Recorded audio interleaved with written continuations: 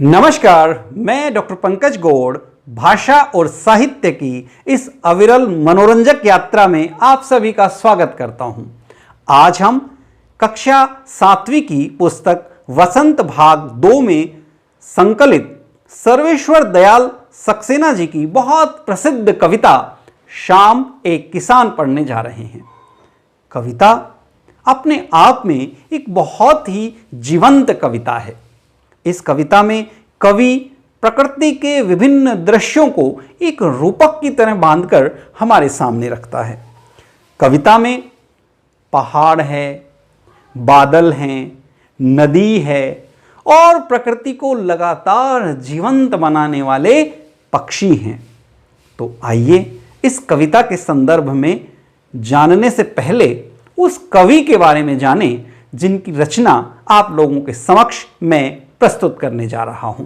तो इस महत्वपूर्ण कविता के कवि हैं सर्वेश्वर दयाल सक्सेना जी। सर्वेश्वर दयाल सक्सेना का जन्म 15 सितंबर सन 1927 को भूमि जिला बस्ती उत्तर प्रदेश में हुआ। आप तीसरे शतक के महत्वपूर्ण कवियों में से एक हैं। कविता के अतिरिक्त आपने कहानी, नाटक, बाल साहित्य आदि के रूप में श्रेष्ठ रचनाएं साहित्य संसार को प्रदान की। आपकी अनेक रचनाओं का अनेक भाषाओं में अनुवाद हुआ। आप आकाशवाणी में सहायक निर्माता के रूप में और दिनमान पत्रिका में उप संपादक के रूप में भी रहे। पराग पत्रिका के माध्यम से आपने बहुत ख्याति अर्जित की। चर्चे और चरखे स्तंभ से आप नियमित रूप से दिनमान पत्रिका में लिखते रहे और चूंकि आप कहीं न कहीं पत्रकार थे, मूलतः पत्रकार थे, तो आपकी भाषा कविताओं में भी इस प्रकार की रही कि उसके माध्यम से आप जन जन में सहज ही लोकप्रिय हो गए। आपकी प्रसिद्ध रचनाएं इस प्रकार हैं: खूंटियों पर टंगे लोग काव्य संग्रह, पागल कुत्तों का मसीहा लघु उपन्यास, बकरी नाटक, बतूता का जूता बाल साहित्य की एक बहुत प्रसिद्ध पुस्तक आपने लिखी। इस यशस्वी रचनाकार का निधन 23 सितंबर सन 1983 को हुआ। इस यशस्वी रचनाकार की मृत्यु 23 सितंबर सन 1983 को हुई। अपने साहित्य के माध्यम से जन जन में जो आपने अपना स्थान बनाया वह हमेशा रहेगा। आइए आपकी प्रसिद्ध रचना शाम एक किसान। आकाश का साफा बांधकर सूरज की चिलम खींचता बैठा है पहाड़। घुटनों पर पड़ी है नदी चादर सी, पास ही दहक रही है पलाश के जंगल की अंगीठी। अंधकार दूर पूर्व में सिमटा बैठा है भेड़ों के गल्ले सा। अचानक बोला मोर जैसे किसी ने आवाज दी, सुनते हो? चिलम औंधी, धुआं उठा, सूरज डूबा, अंधेरा छा गया।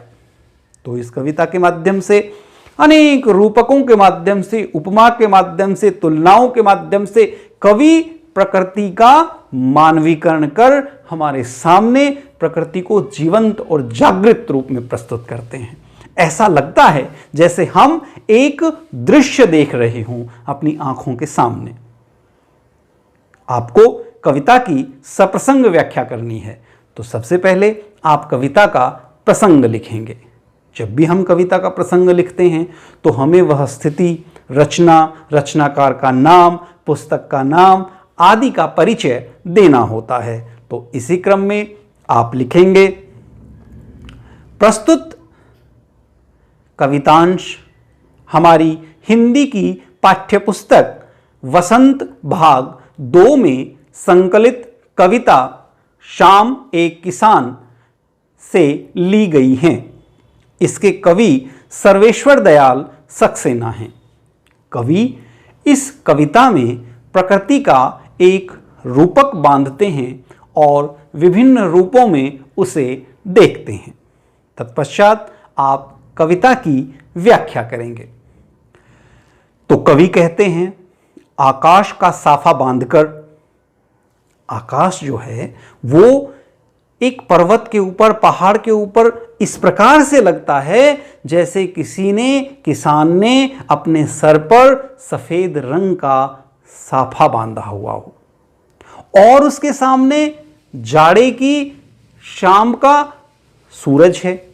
तो उसका रंग कैसा है? उसका रंग लाल है। तो लाल रंग में वह इस प्रकार से लगता है जैसे किसी ने चिलम के ऊपर अंगारा रख दिया हो। कवि कल्पना करता है, कवि को वह दृश्य ऐसा दिखाई देता है। तो कवि कहता है सूरज की चिलम खींचता बैठा है पहाड़। तो वह पहाड़ किसान के रूप में है, उसके ऊपर साफा है और जो सूरज दिखाई दे रहा है जो लाल है और बहुत छोटे रूप में है, वह ऐसा लगता है जैसे चिलम का अंगार हो और किसान उसे खींच रहा हो। उसी पर्वत के नीचे नदी बह रही है। तो कवि उस नदी की तुलना करता है किसान की चादर से। ऐसा लगता है जैसे उस नदी ने एक चादर की तरह से किसान के पैरों को ढक रखा हो। और किसान कौन है? पहाड़। और पहाड़ के नीचे क्या बह रही है? नदी। तो नदी की तुलना कवि किससे करते हैं? चादर से। घुटनों पर पड़ी है नदी चादर सी। आप देखते हैं कि इस कविता में सर्वत्र उपमा अलंकार दिखाई देता है। उपमान की उपमेय से तुलना की जाती है, एक चीज की दूसरी चीज के साथ तुलना की जाती है। वह लगातार आप इस कविता में देख पा रहे हैं। पास ही दहक रही है पलाश के जंगल की अंगीठी। अब कवि दूसरी तरफ देखता है तो वहां क्या है? पलाश के बहुत अधिक पुष्प हैं, फूल हैं। और पलाश के फूल कैसे होते हैं? आपको देखना चाहिए, वे लाल रंग के होते हैं। तो अंगीठी में जिस प्रकार से हवा लगने पर अंगारे सुलगते हैं, कवि को लगता है ठीक वैसा ही दृश्य जाड़े की इस शाम में हमारे सामने जीवंत हो गया है। तो वह पलाश के जो फूल हैं वो कवि को एक अंगीठी में सुलगते हुए अंगारे दिखाई देते हैं। अंधकार दूर पूर्व में, वहां अंधेरा भी है, थोड़ा सा अंधेरा है। और किस दिशा में है? पूर्व दिशा में है। सिमटा हुआ बैठा है, थोड़े से वह क्षेत्र में है। तो ऐसा लगता है जैसे भेड़ बैठ गई हों। भेड़ों का झुंड, भेड़ों का समूह जब बैठता है तो वो बहुत पास पास बैठता है। और उसी की तुलना कवि किससे करते हैं? अंधकार से करते हैं। उन्हें लगता है कि वह जो अंधकार है वह भेड़ों के गले सा सिमटा हुआ बैठा है। और यह पूरा दृश्य जब चल रहा है तो इस दृश्य में एक परिवर्तन होता है। क्या परिवर्तन होता है? एक आवाज सुनाई देती है। और वह आवाज किसकी है? मोर की। अचानक बोला मोर। क्या बोला? कैसा लगा? ऐसा लगा जैसे किसी ने आवाज दी हो। जैसे गृहस्थी में जब किसान बैठ करके बाहर चिलम पी रहा हो और अचानक भीतर से आवाज आए, सुनते हो, तो किसान क्या करेगा? किसान अपने चिलम को रखेगा और स्वयं अंदर चला जाएगा। तो यही स्थिति यहां हुई। जैसे ही मोर की आवाज आई, मोर अपनी प्राकृतिक भाषा में बोल रहा है, पर कवि कहता है कि उन शब्दों से ऐसा लगा जैसे वह कह रहा हो, सुनते हो। और उससे क्या हुआ? उससे दृश्य एकदम से परिवर्तित हो गया। अचानक सारा दृश्य परिवर्तित हो गया। चिलम औंधी। चिलम औंधी होना क्या होता है? चिलम को बुझा देना, वह जो अंगारा जल रहा था वह समाप्त हो जाना। तो वह अंगारा क्या था? सूरज था, संध्या काल था। वह अंगारा डूब गया, धुआं उठा, सूरज डूबा और अंधेरा छा गया।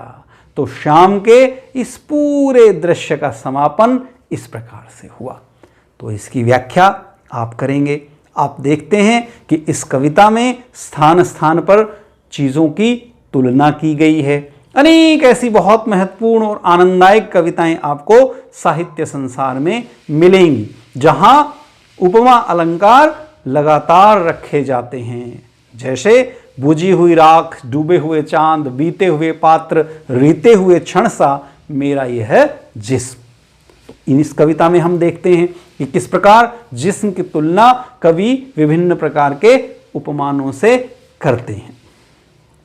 तो प्रिय विद्यार्थियों, आप इस कविता को पढ़ें, इसका वाचन करें, शब्दार्थ देखें और इसकी व्याख्या को समझने का प्रयास करें।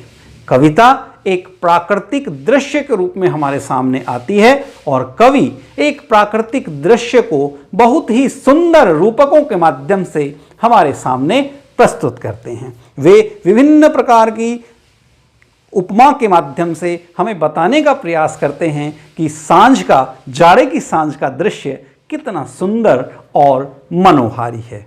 प्रिय विद्यार्थियों, अब तक आपने इस कविता के संदर्भ में क्या सीखा? एक बार पुनरावृत्ति के लिए मैं आपसे कुछ वस्तुनिष्ठ प्रश्न पूछ रहा हूं ताकि आप जांच कर सकें आपने अब तक जो सीखा है वह आपको समझ में आया, अन्यथा नहीं।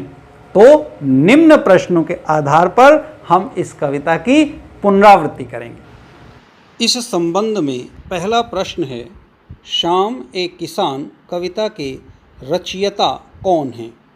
भवानी प्रसाद मिश्र, सर्वेश्वर दयाल सक्सेना, नागार्जुन या शिव प्रसाद सिंह?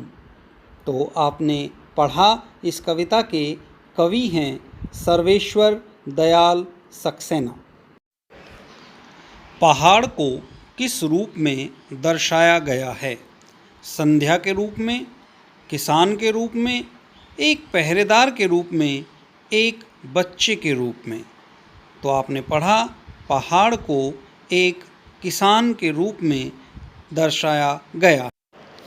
अगला प्रश्न है प्रश्न संख्या ग, चिलम के रूप में किसका चित्रण किया गया है? पहाड़ का, पलाश का, अंगीठी का या सूर्य का? तो इसका उत्तर होगा उत्तर संख्या 4, सूर्य का, क्योंकि सूरज की जो लालिमा होती है उसमें भी वह अंगारे जैसा दिखाई देता है, अतः कवि सूर्य से इसकी तुलना करता है।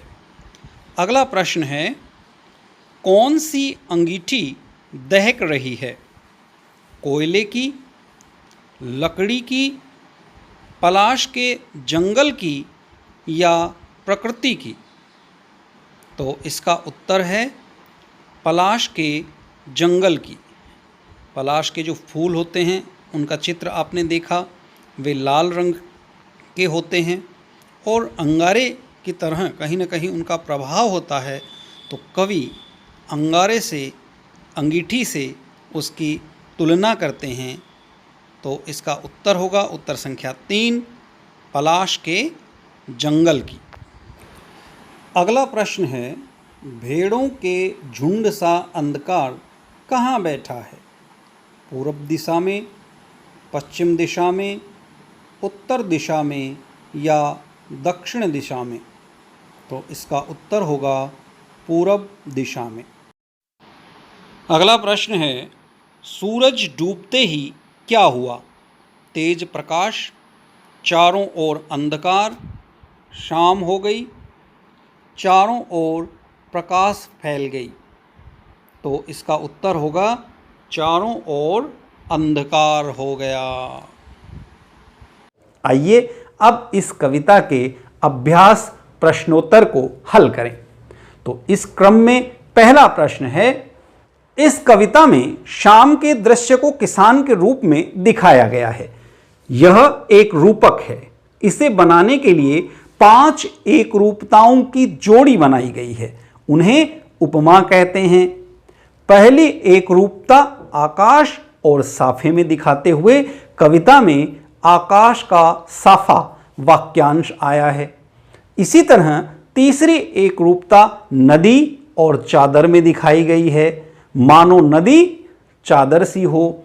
अब आप दूसरी, चौथी और पांचवी एक रूपताओं को खोज करके लिखिए। तो जब आप इस पूरी कविता को ध्यान से पढ़ेंगे तो आप देखेंगे कि यहां दो चीजों की तुलना की गई है जिनमें कोई एक चीज समान है, जैसे सूरज में और अंगारे में लाल रंग है, जैसे नदी सफेद होती है। बहती हुई नदी, चूंकि उसने पूरी तरह से पर्वत को घेर रखा है तो कवि उसकी तुलना चादर से करता है। तो यह जो दो तुलनाएं की गई हैं वास्तव में इसमें 5 इस तरह की एक रूपताएं हैं, उपमाएं हैं, तुलनाएं हैं। 2 प्रश्न में आपने सुनी, शेष 3 हम इसमें खोजते हैं। तो एक क्या है? सूरज और चिलम। दूसरी क्या है? पहाड़ और किसान। तीसरी क्या है? आकाश और साफा। चौथी क्या है? अंधकार और भेड़ों का गल्ला। और पांचवी इसमें जो तुलना की गई है वह है पलाश का जंगल, अंगीठी से तुलना की गई है। अगला प्रश्न है प्रश्न संख्या 2। शाम का दृश्य अपने घर की छत या खिड़की से देखकर बताइए। क्या बताना है आपको कि शाम कब शुरू होती है? तो प्राय हमारे क्षेत्र में शाम के 6 बजे शुरू होती है। उसके बाद दूसरा जो प्रश्न आपसे पूछा गया है जो आपको देखकर बताना है। कबीर कहते हैं, तू कहता है कागज लेखी, मैं कहता हूं आँखिन देखी। तो आपको आंखों से देख करके इन प्रश्नों के उत्तर देने हैं कि आपके क्षेत्र में शाम कितने बजे होती है। तो हमारे क्षेत्र में शाम कब होती है? 6 बजे। दूसरा प्रश्न है, तब से लेकर सूरज डूबने में कितना समय लगता है? तो तब से लेकर सूरज डूबने में लगभग 1 घंटा लगता है। अगला प्रश्न है, इस बीच आसमान में क्या क्या परिवर्तन आए? तो आपको गंभीरता से देखना है क्योंकि प्रकृति समय समय पर दृश्य बदलती है, रंग बदलती है। जब आप उसके सौंदर्य को देखना प्रारंभ करेंगे तो आप अभिभूत हो जाएंगे। इस बीच आसमान कभी लाल हो जाता है, उसके बाद धीरे धीरे पीला हो जाता है और जैसे ही सूरज डूबता है गहरा अंधेरा चारों तरफ छा जाता है। अगला प्रश्न है प्रश्न संख्या 3। यह कविता आपको बहुत कुछ सीखने के लिए प्रेरित करेगी और प्रकृति के साथ आपका गहरा संबंध स्थापित करेगी यदि गहराई से आप इस कविता का अध्ययन करते हैं और इसे समझने का प्रयास करते हैं, क्योंकि प्रकृति हमेशा सिखाती है। आपने पहले कविता पढ़ी थी, फूलों से नित हंसना सीखो, कलियों से नित गाना और तरु की झुकी डालियों से नित सीखो शीश झुकाना। तो मोर के बोलने पर कवि को लगा, प्रश्न संख्या 3 की बात मैं कर रहा हूं, मोर के बोलने पर कवि को लगा जैसे किसी ने कहा हो, सुनते हो, दिए गए पक्षियों की बोली सुनकर उन्हें भी 1 या 2 शब्दों में बांधिए। पक्षी हमारे सामने दिए गए हैं, कबूतर, मैना, कौवा, तोता, चील, हंस। तो इन सब की आवाज़ सुनकर हमें जिस प्रकार महसूस होता है, जो हमें लगता है, वह इस प्रकार हो सकता है। कबूतर, खत ले लो, कबूतर की गुटरगू से हमें क्या सुनाई देता है? खत ले लो, गुटरगू, खत ले लो, गुटरगू, खत ले लो। मैना, गाते हो, गाते हो। चील, देखते हो, देखते हो। कौवा, मेहमान आएंगे, मेहमान आएंगे। तोता, पढ़ते हो, पढ़ते हो। और हंस, शांत स्वच्छ हो, शांत स्वच्छ हो। तो इस प्रकार विभिन्न पक्षियों के माध्यम से हम विभिन्न आवाज़ों की तुलना कर सकते हैं, कल्पना कर सकते हैं, उसे व्यक्त कर सकते हैं। अब हम बात करेंगे कविता से आगे की, कि इस कविता के आधार पे जो आपकी कल्पना शक्ति का विकास हुआ है, जो आप में भाषा सामर्थ्य आया है, उसके माध्यम से किस प्रकार आप कविता से आगे भी चिंतन कर सकते हैं, चीजों को सोच सकते हैं। तो वह है प्रश्न 1। इस कविता को चित्रित करने के लिए किन किन रंगों का प्रयोग करना होगा। अगर आपने जो कविता सुनी है आप इसे चित्र के रूप में प्रस्तुत करना चाहते हैं, आप उन सब भावनाओं को रंगों के माध्यम से व्यक्त करना चाहते हैं, क्योंकि कविता में हम क्या करते हैं, कविता में हम अपनी बात को शब्दों के माध्यम से व्यक्त करते हैं, और चित्रकला में हम लोग क्या करते हैं, रंगों के माध्यम से हम अपनी बात को व्यक्त करते हैं। तो आपको कौन कौन से रंगों की इसके लिए आवश्यकता होगी, तो उसमें सबसे पहला रंग है पीला, सुनहरा, सफेद, लाल, काला आदि रंगों की आपको आवश्यकता होगी, क्योंकि कहीं अंधेरे की बात कवि ने की है, कहीं सफेद साफे की बात कवि ने की है। अगला प्रश्न है, शाम के समय ये क्या करते हैं, पता लगाइए और लिखिए। वहाँ आपको जासूसी का काम भी दिया गया है कि आप देखें और देख करके सीखें। पक्षी शाम के समय क्या करते हैं, खिलाड़ी शाम के समय क्या करते हैं, फल वाले शाम के समय क्या करते हैं, मांस शाम के समय क्या करती हैं, पेड़ पौधे, पिताजी, किसान और आप स्वयं, बच्चे शाम के समय क्या करते हैं। तो पक्षी शाम के समय क्या करते हैं, अपने घोंसलों में लौट आते हैं, पूरे दिन वे इधर उधर विचरण करते हैं, और शाम के समय जो दाना पानी उन्हें मिलता है वह लेकर के वापस अपने घोंसले में लौट आते हैं। खिलाड़ी शाम के समय क्या करते हैं, खिलाड़ी पूरे दिन अभ्यास करते हैं और शाम के समय सांझ को अपना खेल बंद कर देते हैं। फल वाले क्या करते हैं, फल बेचते हैं। माँ क्या करती है, माँ शाम को बच्चों के लिए खाना बनाती है। पेड़ पौधे क्या करते हैं, पेड़ पौधे कई बार जोर जोर से हिलते हैं, कई बार रुक जाते हैं। इस प्रकार से अलग अलग शाम को यदि आप देखेंगे तो उनकी प्रतिक्रिया अलग अलग होगी। पिताजी शाम को क्या करते हैं, पिताजी शाम को दफ्तर से लौट आते हैं। किसान शाम को क्या करते हैं, किसान खेतों में फसलों का काम करके अपने घर वापस आते हैं।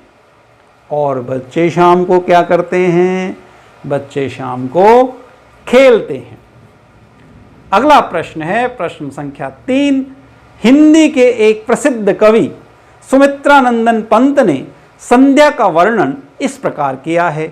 संध्या का झुटपुट, बांसों का झुरमुट, है चहक रही चिड़िया, टिवटी टुट टुट, टिवटी टुट टुट।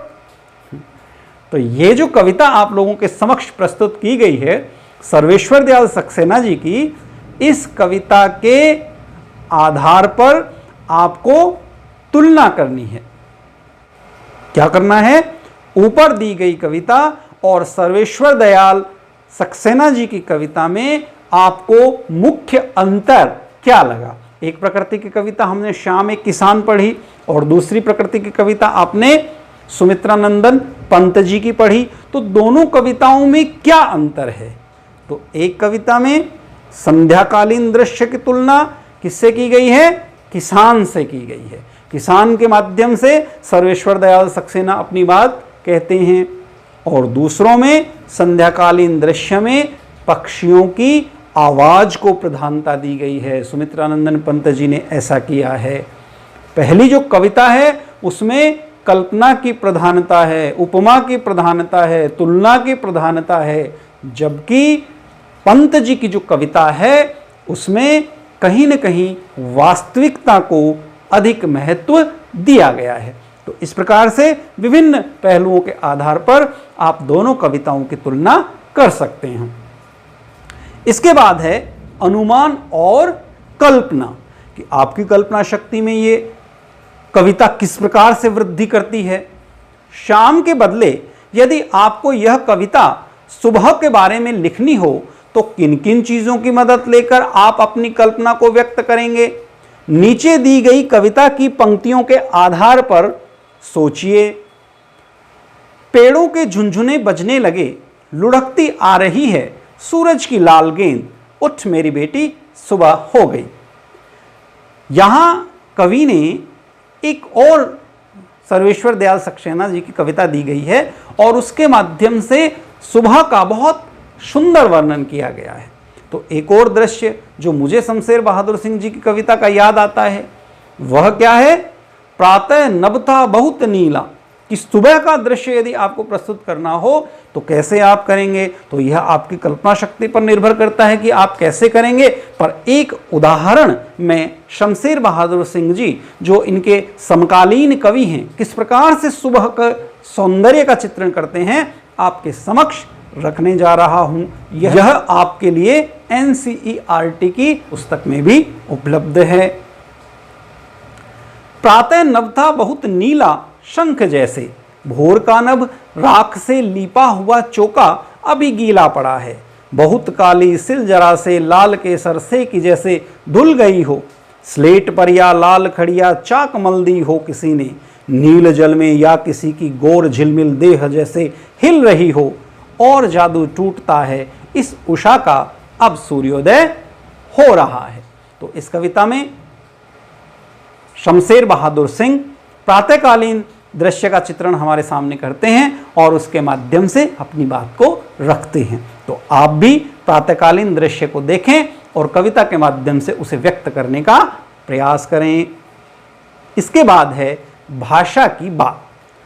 तो भाषा की बात के अंतर्गत जो प्रश्न हमसे पूछे गए हैं उसमें पहला प्रश्न है, नीचे लिखी पंक्तियों में रेखांकित शब्दों को ध्यान से देखिए।